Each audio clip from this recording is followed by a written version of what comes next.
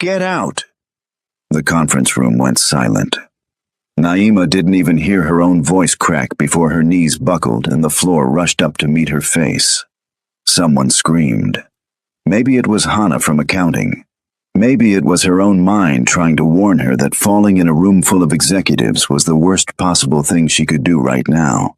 But the pain in her stomach had been building for 3 days, and she'd ignored it because taking a sick day meant losing this contract. And losing this contract meant her mother's medical bills would pile up even higher, and she couldn't afford that. She hit the carpet hard. The fluorescent lights above became blurry stars. "Miss Thompson, are you okay?" That was Mr. Park, the company's legal advisor. His voice sounded far away, like he was speaking from underwater. Hands grabbed her shoulders. Someone rolled her onto her back. The movement made her gasp because the pressure on her abdomen felt like fire spreading through her entire body. "Call an ambulance," someone said. "No." Naima forced the word out, even though her lips felt numb. "I'm fine. Just give me a second." "You're not fine." The voice was different now, deeper, sharp enough to cut through the panic buzzing in her ears. "Everyone out, now." Naima blinked hard, trying to focus. The face above her came into view slowly. Dark eyes, strong jawline, black hair pushed back from his forehead. Min Jae Kang, the CEO's son, the man everyone whispered about in the break room because he'd shown up 3 months ago from Seoul and somehow convinced his father to let him run the international division despite being only 28. The man everyone said had connections to people you didn't want to meet in dark alleys. "I said out." Min Jae didn't raise his voice, but somehow it got louder anyway, like he'd learned how to make words hit harder without shouting. Footsteps scattered. The door clicked shut. Silence pressed down on them. "Where does it hurt?" Min Jae's hand moved. To her side, gentle but firm, like he was checking for broken bones. "I'm really okay, Mr. Kang." Naima tried to sit up. His hand on her shoulder stopped her. "Stop lying." He wasn't looking at her face anymore. He was staring at her stomach where her white blouse had pulled up slightly during the fall. "Who did this to you?" Naima followed his gaze, and her heart dropped. The bruise. She'd forgotten about the bruise. It spread across her left side in shades of purple and yellow, about the size of a dinner plate. 3 days old, but still angry looking. "It's nothing," she said quickly. "I fell at home." "You fell." Min Jae's voice went flat, dead. The kind of tone that made the temperature in the room drop 5 degrees. "On what exactly?" "The stairs. I tripped on the stairs." He studied her face for a long moment, and Naima realized with growing horror that he didn't believe her. Not even a little bit. "Get up." Min Jae stood and offered his hand. "We're going to the hospital." "Mr. Kang, I have a presentation in 20 minutes. "The presentation is canceled." He pulled out his phone, typed something fast. "Everyone's going home early. Paid leave." "You can't just cancel the whole meeting because I got dizzy." "I can do whatever I want." He was still holding his hand out, waiting. "And right now, I want you to stop being stubborn and let me take you to get checked out." Naima took his hand because arguing seemed pointless. His grip was warm and steady, and she hated that it made her feel safer than she'd felt in weeks. The hospital waiting room smelled like antiseptic and old coffee. Min Jae sat next to her in the plastic chairs, scrolling through his phone with his jaw clenched tight. He hadn't said much during the drive over, just asked for her insurance card and told the receptionist that money wasn't an issue. Make sure she sees someone immediately. "You really didn't have to come with me," Naima said quietly. "I'm sure you have more important things to do. Nothing's more important than this." He didn't look up from his phone. A nurse called her name. The examination took 30 minutes. Blood work, questions about her medical history, a doctor pressing carefully on her stomach and asking her to rate the pain on a scale of 1 to 10. She said 6. It was actually closer to 8, but she didn't want to seem dramatic. When she came back out to the waiting room, Min Jae stood up so fast his chair scraped against the linoleum. Well, severe bruising, but nothing's broken. Naima tried to smile. Told you I was fine. And the cause? She opened her mouth, closed it. The lie she'd been preparing died on her tongue because something in his eyes told her he'd know if she tried to feed him another story about falling downstairs. My ex-boyfriend, she said finally. The words felt like glass in her throat. He came by my apartment 3 nights ago. We got into an argument about money I supposedly owe him. Things got physical. I pushed him away, and he pushed back harder. Min Jae's expression didn't change, but his hands curled into fists at his sides. His name. Mr. Kang, please don't do anything crazy. His name, he repeated. And this time there was something dangerous threading through his voice. Something that made her think about all those rumors she'd heard in the break room, about his connections in Seoul, about men who'd crossed him and disappeared. Derek Mitchell. The name came out as a whisper. But he's not worth your time. I'm handling it. By letting him put his hands on you? Min Jae's voice was still calm, but his eyes had gone cold. That's how you're handling it? I filed a police report. They said they'd look into it. He laughed once, sharp and bitter. The police? Right. Because they're so effective at stopping men like him. What else am I supposed to do? Min Jae looked at her for a long moment, and something shifted in his face. The coldness melted into something softer.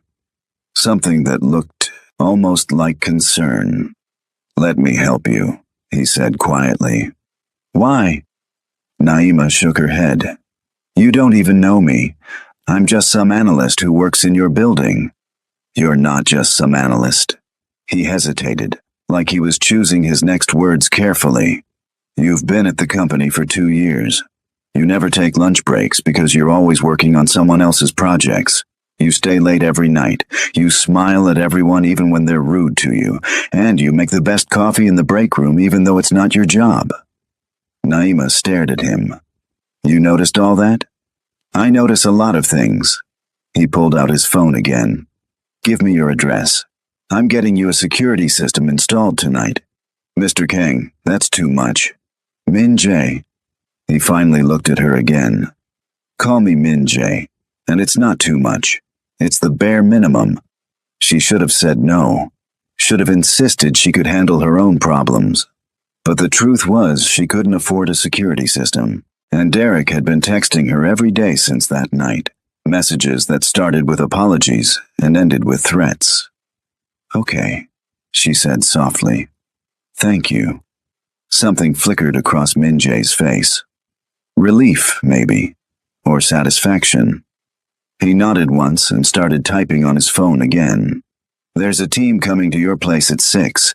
They'll have everything set up by 8. And tomorrow you're moving into one of my properties. Wait, what? Temporary. He held up a hand before she could protest.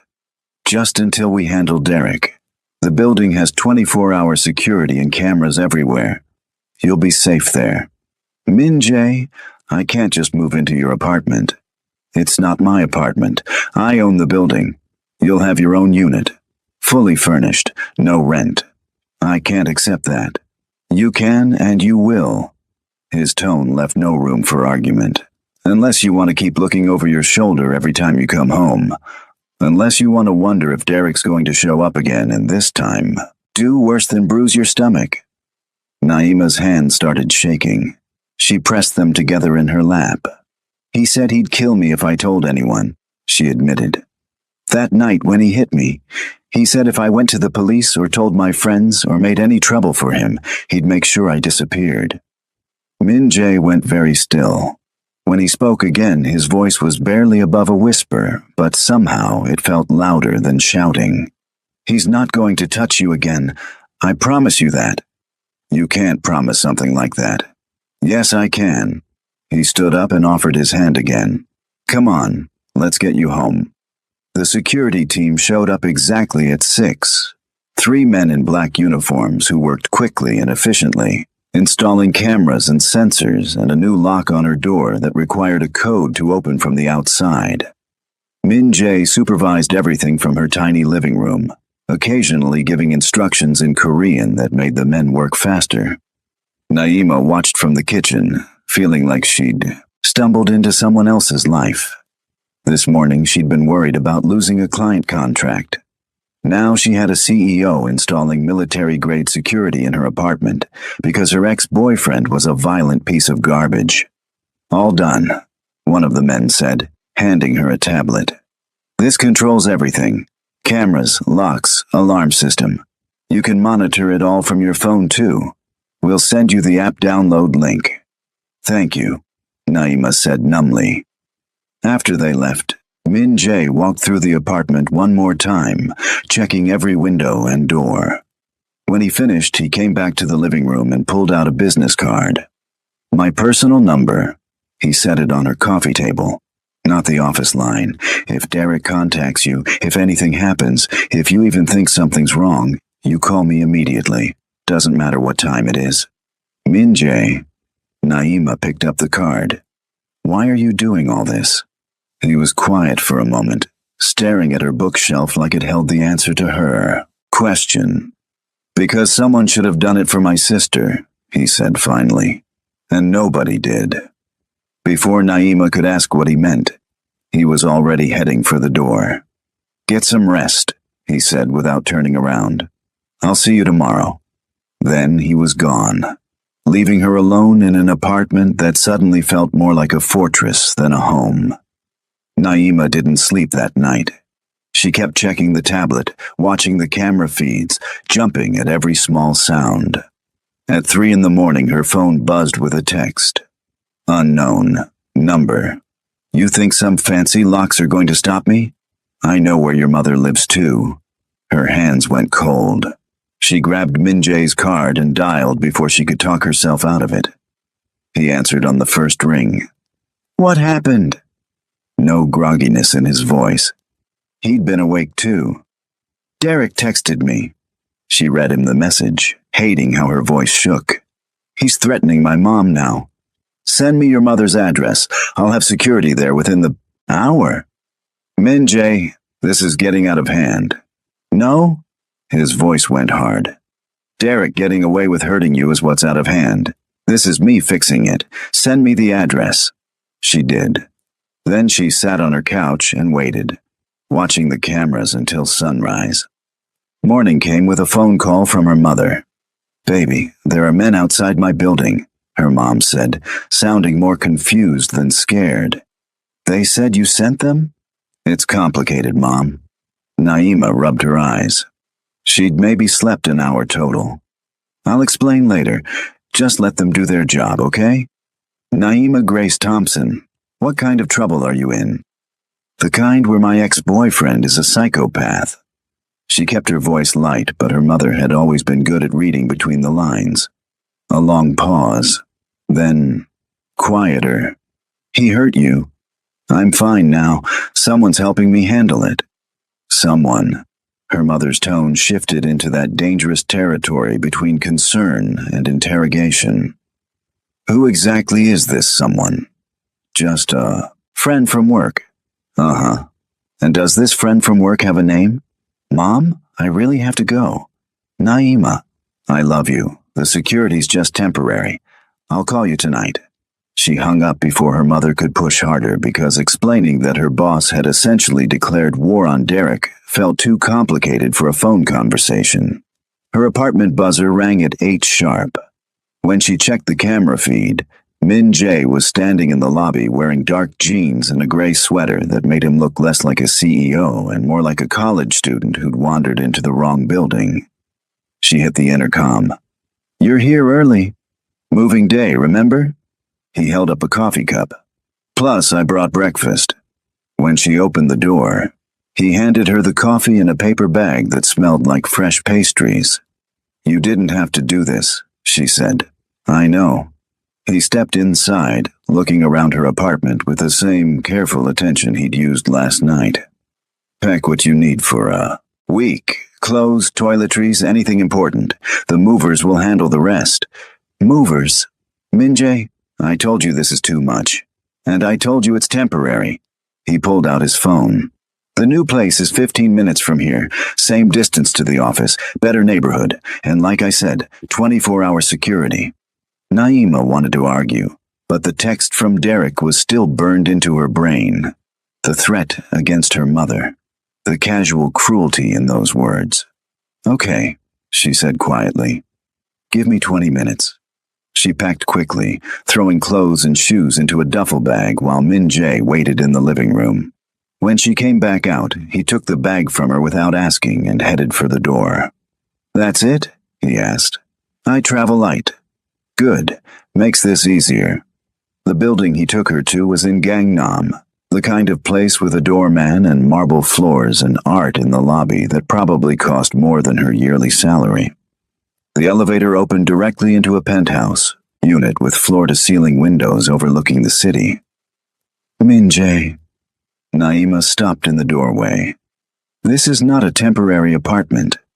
It's one of my properties, he said, like that explained everything. I'm not using it right now, so you might as well. I can't afford this. I'm not asking you to pay for it.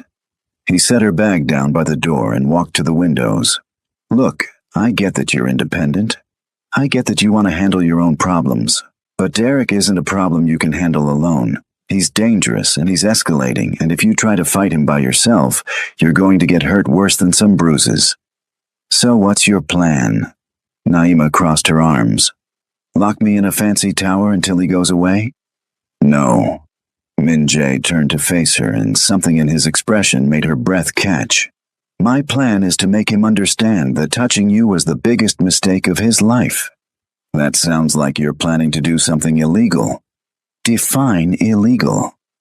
The corner of his mouth lifted slightly. Not quite a smile. More like the memory of one. Minjae. Relax. He waved a hand dismissively. I'm not going to kill him. Probably. I'm just going to have a conversation with him about respecting boundaries. And by conversation, you mean? You really want details? Naima thought about it. About Derek's fist in her stomach. About the text threatening her mother. About 2 years of walking on eggshells around a man who'd slowly isolated her from her friends and convinced her that his anger was somehow her fault.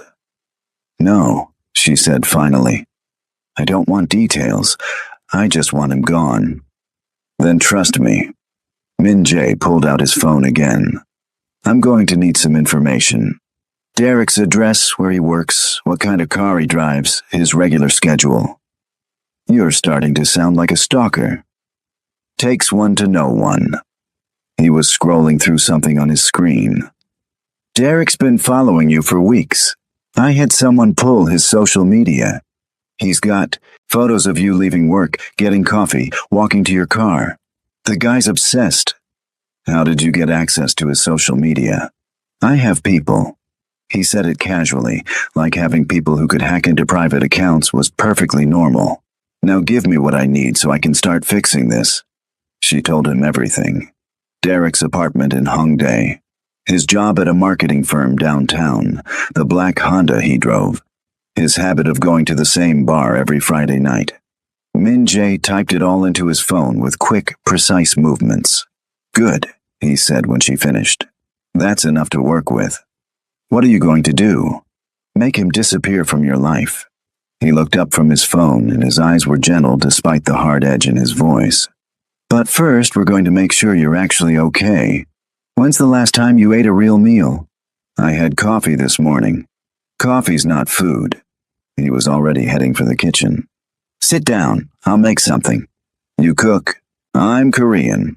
Of course I cook. Watching Minjae move around a kitchen was surprisingly domestic. He found ingredients she didn't know were there, and within 20 minutes had produced kimchi fried rice and rolled omelet that smelled better than anything she'd made in her entire life.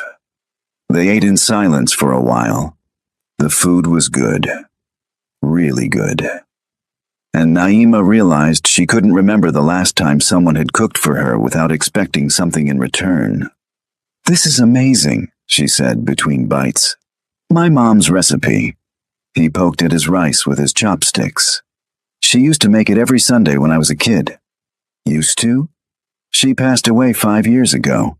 He said it matter-of-factly, but something in his eyes went distant. Cancer. It happened fast. I'm sorry. Don't be. He set his chopsticks down. She's the one who taught me that family protects family, even when it's hard, even when it's dangerous. Is that what I am now? Naima asked quietly. Family? Min-jae looked at her for a long moment, and something unreadable crossed his face. You're someone who needs help, he said finally. And I'm someone who can help. That's enough for now. After breakfast, Min-jae left to handle what he called business, but was probably illegal. Naima spent the afternoon exploring the penthouse, trying not to think about Derek or her mother, or the fact that she'd basically moved into a stranger's apartment. Except Min-jae didn't feel like a stranger anymore. He felt like someone who decided she was worth protecting and refused to negotiate on that point. Her phone rang around 4. Unknown number. She almost didn't answer, but something made her hit the green button. Hello? Naima. Derek's voice. Smooth and friendly, like they were old friends catching up. We need to talk. No, we don't. About those security guards at your mom's place. He laughed softly. That was a cute move. But you really think some minimum wage rent-a-cops are going to stop me? Stay away from my mother. Then stop hiding behind your rich boyfriend and talk to me like an adult. His voice hardened. You owe me $3,000. Pay me back and I'll leave you alone. I don't owe you anything. That's not what our text messages say. He was enjoying this. She could hear it in his tone. Remember when you borrowed money for your mom's surgery? Remember when you promised to pay me back? That was a gift. You said it was a gift. Funny how memory works. Another laugh. Meet me tomorrow night, 8 o'clock at that coffee shop near your office. Bring the money or I'm going to make your life very uncomfortable. I'm not meeting you anywhere. Then I'm going to your mom's place, and we're going to have a conversation about what a disappointment her daughter turned out to be. He paused. Your choice, Naima. See you tomorrow. The line went dead. Naima sat on the couch, phone still pressed to her ear, trying to stop her hands from shaking. She should call Min-jae. Should tell him about the threat. But part of her wondered if maybe she could handle this herself. If maybe paying Derek $3,000 she didn't have would make all of this go away. The front door opened. Min-jae walked in carrying shopping bags from stores she recognized but could never afford. I got you some things, he said, setting the bags on the counter. Figured you might need more clothes if you're staying here for a while. Min-jae, you can't keep buying me stuff. Watch me. He started pulling items from the bags.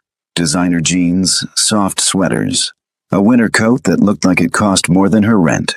I guessed on sizes, but the store said you can exchange anything that doesn't fit. This is too much. It's really not. He looked at her face, and his expression shifted. What happened? Nothing. You're a terrible liar. He crossed the room and sat down next to her. Talk to me. So she told him about Derek's call, about the demand for money, about the threat to visit her mother. Min-jae listened without interrupting, his face going progressively more still until he looked like a statue carved from ice. You're not meeting him, he said when she finished. I know that. And you're not paying him. His voice was flat, final. He's extorting you. That ends now. He said he has text messages proving I borrowed money. Then he's lying or he edited them. Min-jae pulled out his phone. I'm going to handle this tonight. What are you going to do? Nothing you need to worry about. He stood up and headed for the door. Min-jae, wait. He stopped, hand on the doorknob. Why are you doing all this? She asked. And don't tell me it's because of your sister.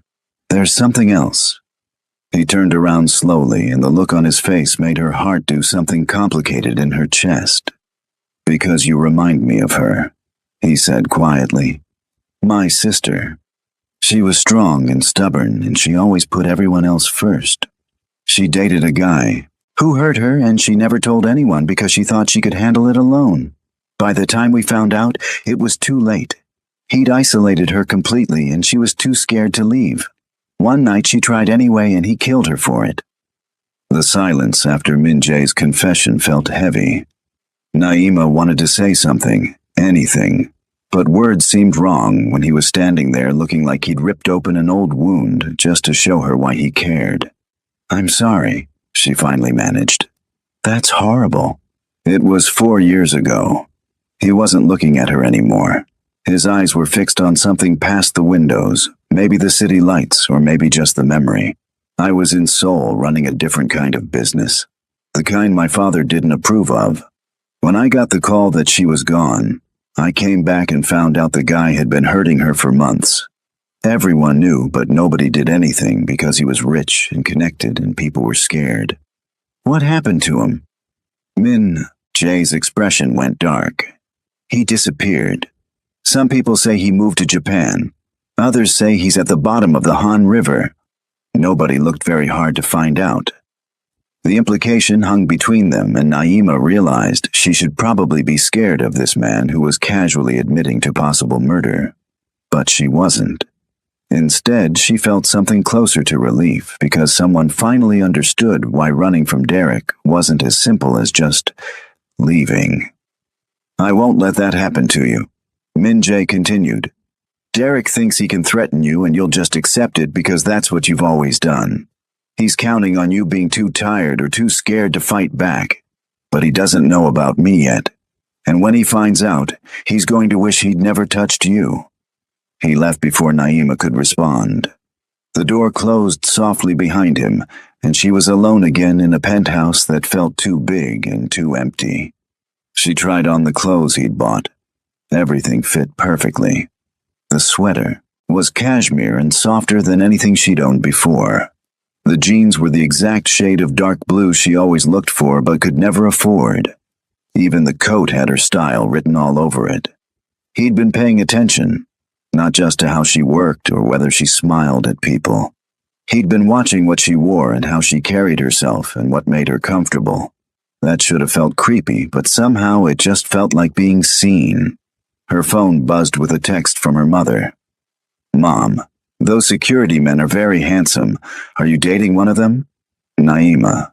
"Mom, no, they're just doing their job."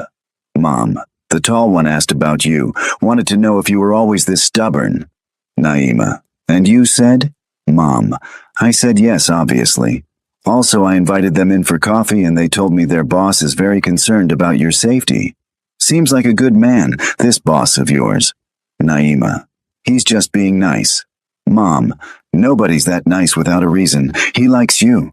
Naima. "It's not like that." Mom. "Sure it's not. Love you, baby. Stay safe." Naima stared at her phone. The idea that Min Jae liked her felt impossible. He was helping because of his sister, because he saw Naima as another woman who needed saving. It wasn't personal, except the way he looked at her sometimes felt very personal. She pushed that thought away and focused on unpacking the few things she'd brought. Her laptop, a few books, the photo of her and her mother from last Christmas. Small pieces of a life that had gotten too complicated too fast. Min Jae didn't come back that night, or the next morning. By afternoon, Naima was starting to worry until her phone rang with his number. "Where are you?" she asked immediately. "Handling things." His voice sounded tired. "How are you doing?" "Fine, bored. This place is huge." "Sorry, I should have thought about that." She heard traffic in the background, car horns, someone shouting in Korean. "Listen, Derek's been taken care of." "What does that mean?" "It means he won't be bothering you anymore." A pause. "I'm sending over the security footage from his apartment building. He left Seoul this morning. Bought a one-way ticket to Bangkok.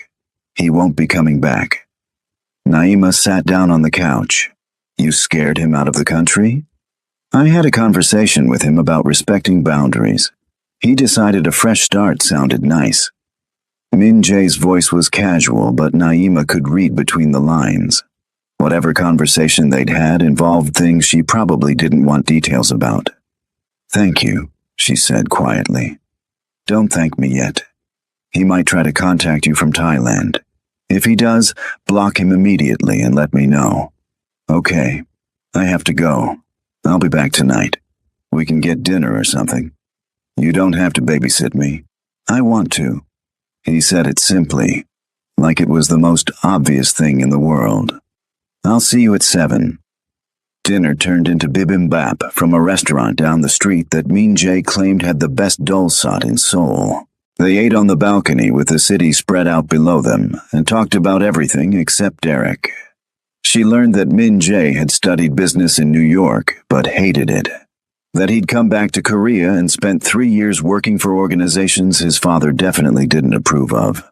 That he'd only agreed to join the family company after his sister died because suddenly revenge mattered less than making sure other people didn't get hurt. "What kind of organizations?"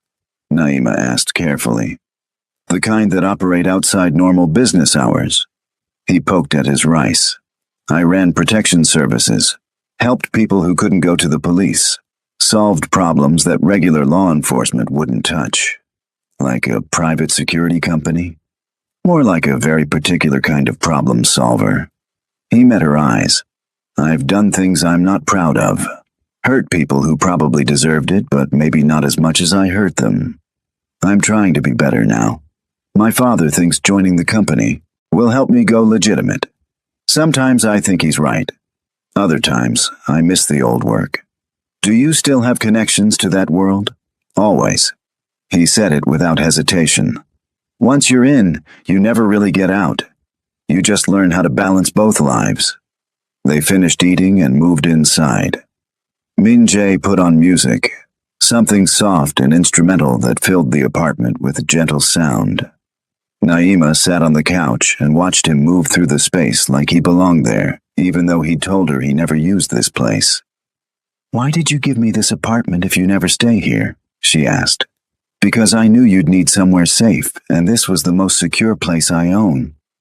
He sat down next to her, close enough that their shoulders almost touched. "And maybe because I wanted an excuse to spend more time with you. Min Jae, I know what you're going to say." He held up a hand. "You're dealing with trauma. Your ex just left the country. This isn't the right time, and you're probably right. But I've been watching you for 6 months, and I can't stop thinking that someone should tell you how impressive you are. I'm not impressive. I'm a mess.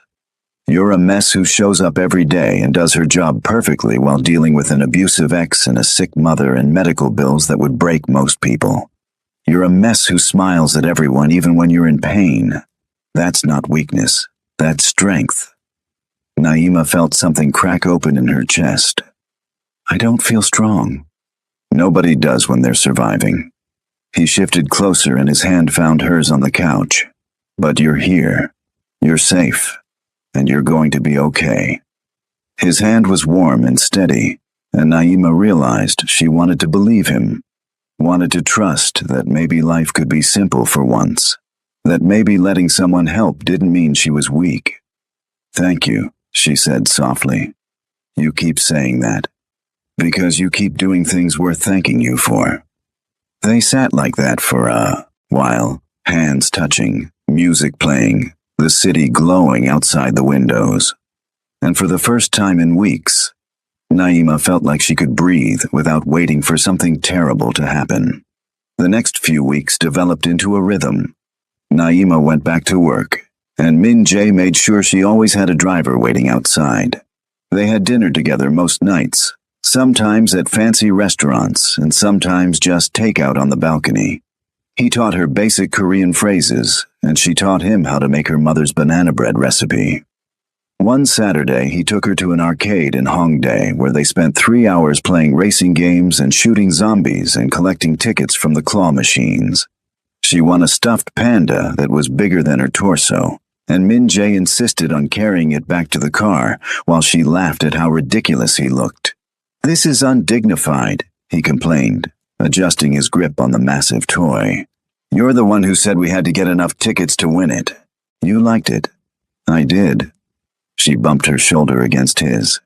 Thank you for today. Stop thanking me. But he was smiling. Another time he showed up at her office with a bag from her favorite bookstore and 3 novels she'd mentioned wanting to read. He left them on her desk with a note that just said, "Thought you might need these," and disappeared before she could ask how he'd remembered their conversation from 2 weeks ago. Her co-workers started noticing, started whispering when Min Jae came by her desk or when they left together at the end of the day. Hana from accounting cornered her in the bathroom one afternoon with stars in her eyes. "You and Mr. Kang," she said, grinning. "How long has that been happening?" "It's not happening. We're just friends." "Friends don't look at each other like that." "Like what?" "Like you're the only 2 people in the room." Hana touched up her lipstick in the mirror. "Everyone's talking about it.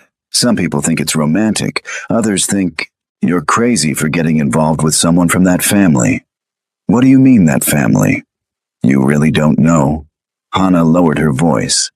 "The Kangs have connections. Serious connections. Min Jae's father built his business empire on relationships with people who don't exactly operate above board. And Min Jae spent years working in that world before he came back to join the company."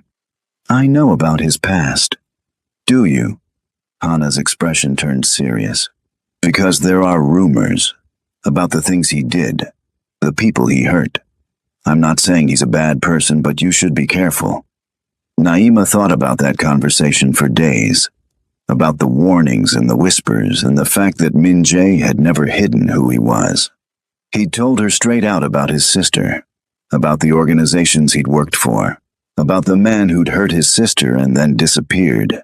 She should probably be worried. Should probably put some distance between them. But every time she thought about pulling away, Min Jae would do something stupidly thoughtful, like remember she didn't like mushrooms, or buy her that specific brand of tea she'd mentioned once, or send security to check on her mother without being asked. A month after Derek left, Naima's mother came to visit. She took one look at the penthouse and turned to her daughter with raised eyebrows. "So this is just friends?" she asked. "Mom, please." "Baby, I'm not judging. I'm just saying that men don't usually provide luxury penthouses for women they're just friends with." Min Jae chose that moment to walk in from the kitchen carrying a tray of fresh fruit and tea. He'd insisted on being there when Naima's mother visited because he wanted to meet her properly. "Mrs. Thompson." He set the tray down and bowed slightly. "It's nice to finally meet you. Call me Janet." Naima's mother shook his hand, studying him with the intensity of someone conducting an interrogation. "And thank you for looking after my daughter." "She's easy to look after." "That's a lie. She's stubborn as a mule and twice as proud." "Mom, it's true." Janet settled into the couch. "So Min Jae, tell me about yourself. What are your intentions with my daughter?" "Oh my God." Naima covered her face with her hands. "Can we not do this?" "I'm her mother. It's my job to ask." Janet smiled, but there was steel underneath. "Well?" Min Jae didn't hesitate. "I care about Naima a lot, and I want to make sure she's safe and happy. That's all." "That's all?" Janet leaned forward. "Because from where I'm sitting, it looks like you've gone to considerable trouble and expense to protect her from a dangerous man." "That's not nothing." "No, ma'am, it's not." Min Jae met her eyes steadily. "But Naima deserves to feel safe. She deserves to not have to look over her shoulder or worry about someone hurting her. If I can provide that, then the trouble and expense don't matter." Janet studied him for a long moment. Then she nodded slowly. "Okay," she said. "I believe you, but if you hurt her, I know people too. Different people than you know, maybe. But people who'd be very unhappy to hear my daughter's been mistreated." "Understood." "Good." Janet's expression softened. "Now tell me about this fruit. Is that Korean pear? I've always wanted to try it." The rest of the visit went smoothly. They talked and ate, and Janet told embarrassing stories about Naima's childhood that made Min Jae laugh harder than Naima had ever heard. When her mother left, She hugged Min Jae and whispered something in his ear that made him nod seriously. What did she say? Naima asked after the door closed. She said I'd better treat you right or she'd fly back here and have words with me. Sounds like Mom. She's protective of you. He moved closer. I like that. She likes you too. I could tell. Good. His hand came up to tuck a strand of hair behind her ear, and the gesture felt so natural that Naima's heart stuttered. Because I plan on being around for a while. Min Jae. I know. Too soon. Moving too fast, but I'm not good at pretending I don't feel things. His hand dropped, but he didn't step back. I've spent months watching you and weeks getting to know you, and the more time I spend around you, the more I realize you're exactly the kind of person I want in my life. I'm a disaster, she said weakly. You're healing from something terrible. That's different. His voice went soft. And I want to be here while you heal. If you'll let me. Naima looked at him. Really looked. At the way he stood close but not too close, giving her space to choose. At the careful hope in his eyes. At the way he'd restructured parts of his life just to make sure she felt safe. Okay, she said quietly. You can stay. Something bright flashed across his face. Relief or joy, or maybe both. Thank you, he said. You're welcome. They started dating officially after that. Slowly and carefully, like two people learning how to trust again. Min Jae took her to quiet restaurants where they could talk without being overheard. He bought her small gifts that showed he'd been listening. A fountain pen because she mentioned liking to write by hand. A vintage vinyl because she'd told him about her father's old record collection. A cookbook from her favorite chef. She started leaving things at his place. A toothbrush in the bathroom. Extra clothes in the closet. Books on the nightstand. Small pieces of herself that felt less like an invasion and more like coming home. One night they were cooking dinner together when her phone rang. Unknown number. She almost didn't answer, but something made her pick up. Naima. Derek's voice. Distant, but unmistakable. I've been thinking about you. Her blood went cold. Min Jae noticed immediately, setting down the knife he'd been using and moving to her side. I told you not to contact me, she said. And I told you we weren't finished. He sounded drunk, angry. You think you can just send your boyfriend to threaten me and I'll stay gone? You think I won't come back and finish what we started? You need to stop. Or what? Your rich Korean boyfriend will make me disappear. Derek laughed, harsh and bitter. I'm already gone, Naima. I'm calling from a payphone in Bangkok and there's nothing he can do to me here. But I'm coming back. Maybe next week, maybe next month. And when I do, we're going to have that conversation about respect. Min Jae took the phone from her hand. This is Min Jae, he said calmly. If you come back to Korea, I will personally ensure you regret it. That's not a threat, it's a promise. Stay in Thailand and find a new life, or come back and find out what happens when you mess with people I care about. Your choice. He hung up and pulled Naima into his arms. He's bluffing, Min Jae said quietly. He's scared and drunk and trying to get back some power. But he won't come back. I made sure he understood what would happen if he did. What did you do to him? Naima asked into his shoulder. Nothing permanent. Just had some friends in Bangkok pay him a visit. Remind him that threatening you is bad for his health. He got the message. You have friends in Bangkok. I have friends everywhere. He pulled back to look at her. The old business had reach. I still have connections, and those connections understand that you're under my protection now. Is that what I am? Under your protection? You're a lot more than that. His hands came up to frame her face. You're someone I'm falling for. Someone I want to keep safe. Someone who makes me want to be better than I was. Naima felt tears prick her eyes. I'm falling for you too. Good. He smiled, soft and genuine. Because I was starting to worry. I was the only one. They finished making dinner and ate on the couch with terrible reality TV playing in the background. Min Jae kept his arm around her shoulders and she leaned into him, feeling safer than she had in years. Derek didn't call again. Weeks turned into months, and slowly, Naima stopped jumping at shadows. Started sleeping through the night. Started believing that maybe she could have something good without waiting for it to fall apart. 6 months after they started dating officially, Min Jae took her to Jeju Island for a long weekend. They stayed in a cottage by the ocean and spent their days walking on the beach and eating fresh seafood and talking about everything and nothing. On their last night, they sat on the sand watching the sunset turn the water gold and pink. "I was thinking," Min Jae said carefully, "about the future." "What about it?" "About whether you'd want to make the penthouse permanent.